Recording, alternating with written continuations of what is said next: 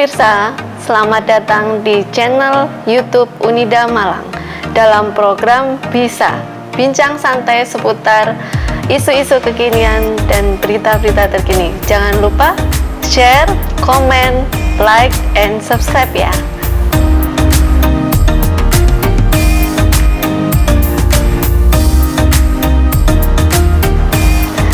Dalam bincang santai kita kali ini, kita akan membahas tentang kekayaan intelektual, di mana banyak sekali masyarakat sekitar membicarakan tentang apa sih sebenarnya kekayaan intelektual itu. Dan hari ini saya akan coba membahas dan mengupas tuntas tentang apa yang dimaksud dengan kekayaan intelektual ya. Bersama kami hari ini di pagi yang cerah ini telah hadir narasumber yang sangat berkompeten di bidangnya. Beliau juga sebagai dosen Fakultas Hukum Universitas Wisnuwardana Malang dan juga sebagai Ketua Sentra KI Universitas Wisnuwardana Malang. Ibu adalah Ibu Febri Krisdayanti SHM Hum MKN. Selamat datang, Bu Febri. Selamat datang. Silakan. Ya. Oke.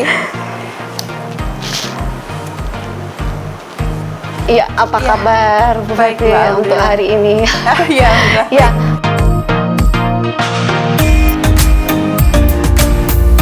Kalau tidak seperti ini kita tidak ketemu secara langsung ya untuk membahas tentang topik atau tema kita hari ini ya. Banyak sekali sekarang masyarakat luas membicarakan tentang kekayaan intelektual, Bu Febri. Kira-kira bisa menjelaskan sedikit nggak? Kayaknya saya manggilnya Mbak aja ya, supaya lebih akrab. Ya, kira-kira bisa jelaskan sedikit nggak tentang apa sih sebenarnya kekayaan intelektual itu? Iya. Ya. Kekayaan intelektual ya. Jadi kekayaan intelektual itu kalau menurut saya sih menarik ya. Saya udah lama sih tertarik di bidang ini. Intinya kekayaan intelektual itu sebetulnya adalah sebuah karya sebetulnya. Karya. Gampangnya ya kalau kita ngomong kekayaan intelektual itu apakah sampai sering ya? Kekayaan intelektual itu kekayaan intelektual, tapi kan kita nggak tahu kekayaan intelektual itu yang mana gitu kan ya. Kekayaan intelektual itu sebetulnya adalah hasil dari olah pikir manusia, jadi hasil dari kecerdasan manusia, jadi intelektual manusia, itu bahasanya seperti itu. Nah, kekayaan intelektual sendiri itu untuk mendapatkan kekayaan intelektual itu nggak gampang sih Mbak, meskipun sebetulnya kita itu sama-sama dikaruniai bakat yang sama ya, jadi kita bisa melakukan apa aja kan sama aja gitu ya. Tapi untuk kemampuan menghasilkan suatu karya itu sendiri bisa beda-beda gitu loh. Mungkin saya bisa membuat suatu tarian mungkin ya. Mungkin Mbak Yoke, mungkin Mbak aja di sini ya, nanti kan. Mbak Yoke membuat suatu desain kayak misalnya gambar atau apa. Nah itu sudah hal yang sudah kita sebut sebagai kekayaan intelektual ya. Kemudian untuk mendapatkan ini intinya bahwa kekayaan intelektual itu kalau kita tidak memiliki ide yang baru itu dan ide-ide yang fresh gitu ya, itu jadi yang baru lah ya, itu nggak akan ada sih gitu. Makanya nilai valuable-nya ada di sana sebetulnya. Jadi kenapa kekayaan intelektual jadi berharga, kenapa kekayaan intelektual sekarang ini digalakkan banget oleh pemerintah kan ya. Kita sendiri dosen sekarang kan penelitian harus ada kekayaan intelektual kan, seperti itu ada luaran gitu ya. Nah itu ya karena itu, jadi itu merupakan hasil karya yang membutuhkan curahan hati, saya bilangnya seperti ya, curahan hati, pikiran, kemudian waktu, tenaga pastinya, semuanya ada di sana. Jadi suatu produk itu betul-betul berharga bagi yang memilikinya gitu ya, menciptanya, bisa menemukan, karena kan kekayaan intelektual kan nggak cuma hanya hak cipta aja ya, juga ada yang paten dan sebagainya seperti itu. Ya, jadi benar-benar istilahnya arti dari kekayaan intelektual itu dari si penciptanya sudah memiliki nilai valuable sendiri ya. Ada sangat berharga itu tadi karena memang membutuhkan banyak hal yang dikorbankan lah untuk penciptanya. Karena untuk kekayaan intelektual itu nggak hanya hak cipta aja sebetulnya Mbak, jadi ada macam-macam, ada banyak ya. Karena kalau kita bicara tentang kekayaan intelektual itu luasnya gimana? Karena yang pertama itu Ada dua, kita bagi jadi dua. Jadi yang pertama itu adalah hak cipta. Hak Oke. cipta itu adalah gerbong besar, kalau saya bilang gerbong Ya, besar ya, ya. sendiri ya. Karena di sana adalah yang berkaitan dengan ilmu pengetahuan, sastra, seni, itu masuknya di hak cipta. Oke. Kemudian di sisi lainnya itu kita juga mengenal yang namanya kekayaan di bidang industri. Jadi yang bisa diaplikasikan di industri itu ada macam-macam juga. Seperti paten, kita sering dengar ya itu ya, kata paten itu ya, paten, kemudian merek. Kalau UMKM atau apa pasti ada biasanya merek, dengarnya itu pasti merek. Kemudian ada yang namanya indikasi geografis. Indikasi geografis ini baru juga ya buat kita pengetahuan tentang sebenarnya itu. Udah lama juga, tapi karena mungkin kita kadang tuh bingung bedanya apa ya sama merek. Kadang itu campur aduk. Oh ini IG, kita bilang IG. Oh ini juga masuk IG, padahal itu beda. Nanti memang ada bedanya antara IG indikasi geografis dengan merek. Kemudian ada rahasia dagang.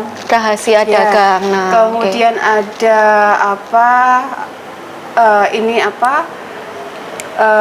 desain industri itu juga ada juga. Masuk juga ada desain tata letak sirkuit terpadu itu juga ada. Jadi untuk yang diaplikasikan di industri itu macam-macam sih, ada banyak sih di sana. Iya. Wah, banyak juga ya ini Mbak Febri ya tentang kekayaan intelektual itu sendiri ya tentunya. Nah, kira-kira apa sih yang diperlukan ya? Apa sih yang diperlukan untuk tadi kan kekayaan intelektual sudah diluncurkan gitu ya. Kira-kira apa sih yang ada merek, ada hak cipta, ada macam-macam, ada industri juga di bidang industri. Nah, itu kira-kira bagi teman-teman semua ya untuk masyarakat untuk mendaftarkannya, kira-kira bagaimana nih cara-caranya untuk mendaftarkan KI itu? Kalau untuk mendaftarkan gampang sih Mbak. Maksudnya kalau syarat-syaratnya, kalau tadi kan syarat-syaratnya ya, syarat-syaratnya sih gampang banget.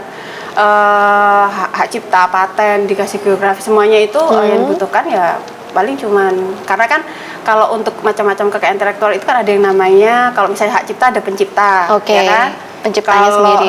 Kalau paten ada inventornya, ada penemunya kan gitu. Kemudian kalau untuk merek ada pemiliknya, maksudnya yang memiliki untuk mereknya itu tadi. Nah, kalau syaratnya ya cuman kan subjeknya kan bisa perorangan, bisa badan hukum kan seperti itu. Kemudian syaratnya ya hanya KTP aja, fotokopi KTP gitu kan, NPWP itu memang dibutuhkan di sana. KTP, NPWP itu aja, sama kalau misalnya untuk keperluan yang lainnya ya di produknya. Jadi kalau misalnya di hak cipta ya biasanya kok buku nih ya, kayak contohnya seperti ini ya, buku ya. Buku ini masuk ini hak cipta ini ya, buku ini ya filenya satu full buku ini gitu loh. Kemudian kalau misalnya kita mau masuk, kalau hak cipta kan macam-macam nih ya. Contohnya misalnya kalau ini kayak gambar-gambar seperti ini ya. Ini sudah bisa masuk dalam bisa masuk kekayaan intelektual juga, karena misalnya ini dengan ini kan beda nih. Sama ini patung ini ya, sama-sama patung nih namanya. Tapi ini bisa didaftarkan sendiri, ini masuk indikasi masuk ke desain industri karena masuk beda. Ke desain industri. Contohnya juga seperti ini kursi juga kan ini ya, kursi ini ya, atau misalnya ini bentuknya seperti ini, ada teksturnya, ada warnanya, kemudian dari bahannya atau juga mungkin nanti kalau kita bandingkan dengan ada yang kursi yang bentuknya sofa kan seperti itu. Nah, itu juga masuk ke dalam desain industri juga. Masuk ke desain industri. Contoh lainnya juga seperti ini kayak ya ini kan produknya kita juga ini sebenarnya dari Universitas Wisnuwardana Malang, ini hasil pengabdian ini sebenarnya. Ini masuknya ke merek kalau ini. Masuk ke merek ya. Karena ini ada suatu produk dari salah satu dosen kita. Mbak Yoke juga kan kayak gini. Produk sendiri. Hasil sendiri ya. Jadi ini bekerja sama dengan masyarakat ya kan, betul ya. Kemudian mereknya didaftarkan, pemegang haknya kita. Jadi kita mendaftarkan itu merek beserta dengan atributnya, kemudian nama. Merek. Jadi mereknya kalau ini mereknya satu, ini gabungannya sama ini masker sama tapla, masker ini. Masker ya. Juga masuk juga. Atau misalnya masker ini kita bisa dua. Misalnya masker ada macam-macam ya, seperti saya tadi bentuknya sudah beda nih. Ya kan? Ada pitanya, desainnya sudah beda. Desainnya juga sudah ini pakai bordir dan itu sudah desain industri juga. Contohnya laptop ini pun. Laptop ini bisa, pun ini juga macam-macam. Jadi ada banyak kekayaan intelektual dari laptop ini yang bisa didaftarkan juga. Contoh misalnya kayak ini ya, yang masuk Yang di sini tulisan ya itu mereknya di sana. Karena itu pembeda dengan dengan yang lain produk dagang yang lain. Kemudian kalau visualnya misalnya bentuknya seperti ini, hitam dan bentuknya seperti ini tuh masuk ke desain industri. Desain industri ya. Kemudian kalau untuk pendinginnya portable itu masuk patennya. Masuk patennya. Kemudian untuk softwarenya, ada softwarenya nih. Ada kalau, di dalamnya pasti ada program komputer nih di sini. Nah itu masuk hak cipta. Hak cipta. Ya, karena tapi seringkali sih orang-orang kadang ngomongnya software itu masuk paten apa hak atau cipta. hak cipta, tapi ya. Software itu masuk paten, hak cipta. Masuk ke hak Jadi cipta. masuk hak cipta. Jadi software itu ranahnya hak cipta di sana. Oke. Berarti dalam satu produk itu bisa didaftarkan kekayaan intelektual Bisa macam-macam. beberapa ya? Betul. Oke. Tergantung dari produknya juga. Tergantung dari produknya juga. Kalau misalnya ini nih hasil misalnya mau pengembangan dari pengabdian kita ya, kalau dosen kan pengabdian gitu, buat tulisan. Nah tulisannya masuk hak cipta. Masuk hak cipta. Tapi juga. kalau ini untuk memprosesnya ini udah desain industri tadi ya, bentuknya bisa bentuknya kepala dua, atau mungkin ada 3 atau ditambahkan apa lagi gitu, desain industri. Kemudian atau misalnya mau dipakai untuk udah dikasih merek label, kita labelin sendiri. Kita misalnya ada di sini startup kita misalnya kita produksi sendiri, kita pakai label sendiri. Nah label sendiri bisa masuk merek juga. Jadi dari satu produk ini saja sudah ada 3 hitungannya seperti itu. 3 kekayaan intelektual yang bisa didaftarkan. Iya, luar biasa sekali tentunya ya. Banyak banget. Banyak gitu. Jadi sekali.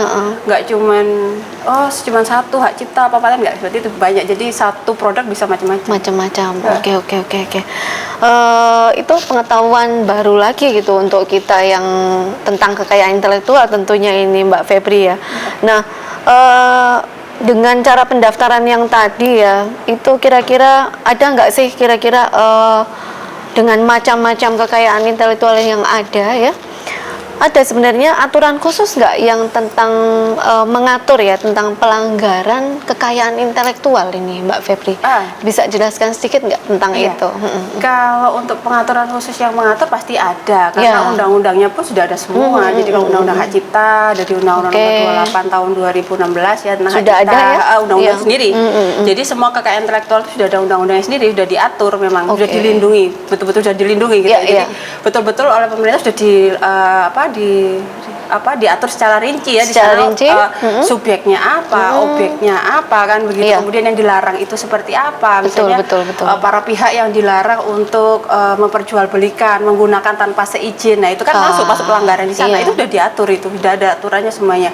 Paten pun juga sama, itu ada di Undang-Undang nomor 13 tahun 2016. Kemudian untuk merek dan indikasi geografis itu jadi satu ya, undang-undangnya itu ada di Undang-Undang nomor 20 tahun 2016 dan seterusnya, itu semuanya sudah ada. Dan untuk pasalnya ada pasal yang khusus sih memang untuk pelanggaran untuk kekayaan pelanggaran yang menggunakan tanpa seizin. Nah, itu jadi fungsinya pendaftaran sebetulnya itu Mbak. Jadi ketika ada pihak yang tidak bertanggung jawab, yang misalnya memasarkan, menggunakan, misalnya menduplikat produk kita. Banyak sekali terjadi itu. Kita bisa melakukan upaya hukum di sana, dan itu sudah ada aturannya dan nggak main-main. Untuk hak cipta aja sampai sanksi pidana yang bisa diberikan tuh 10 tahun. Maksimal untuk denda. Pidana dendanya itu ada dendanya juga ya? Ada dendanya sampai 4 miliar seperti itu. Jadi sampai 10 miliar juga. Jangan sampai ya seperti itu. Jangan dong. Berarti kan intinya kekayaan intelektual itu kan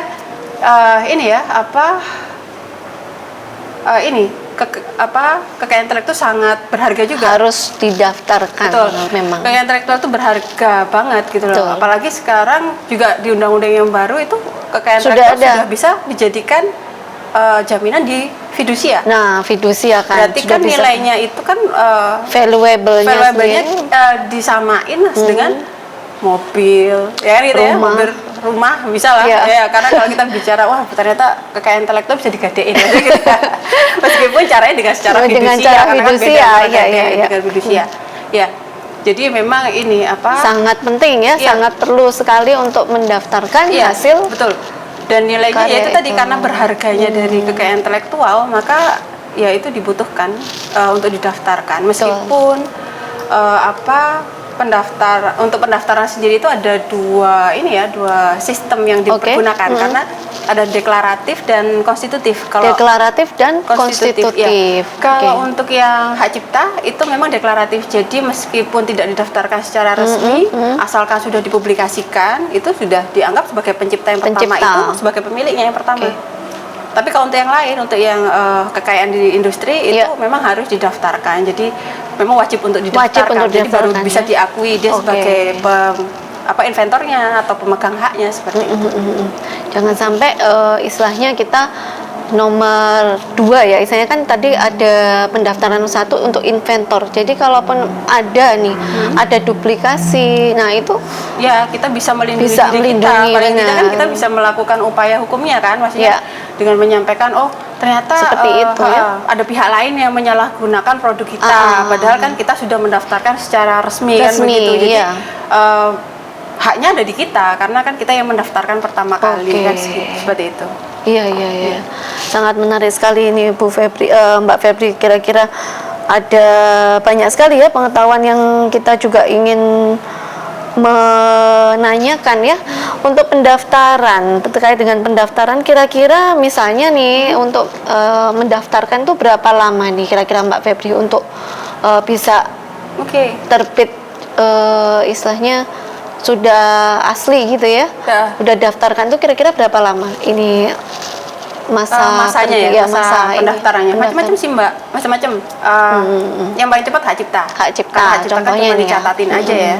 Jadi karena dengan sudah terpublikasinya pasti kan tanya diumumkan pertama kali kapan, kemudian di mana. Nah itu selalu ada di pendaftaran karena itu yang menjadi batasan maksudnya menjadi sudah dilihatnya hak cipta ini sudah dipublikasikan seperti itu sudah dianggap sudah didaftarkan.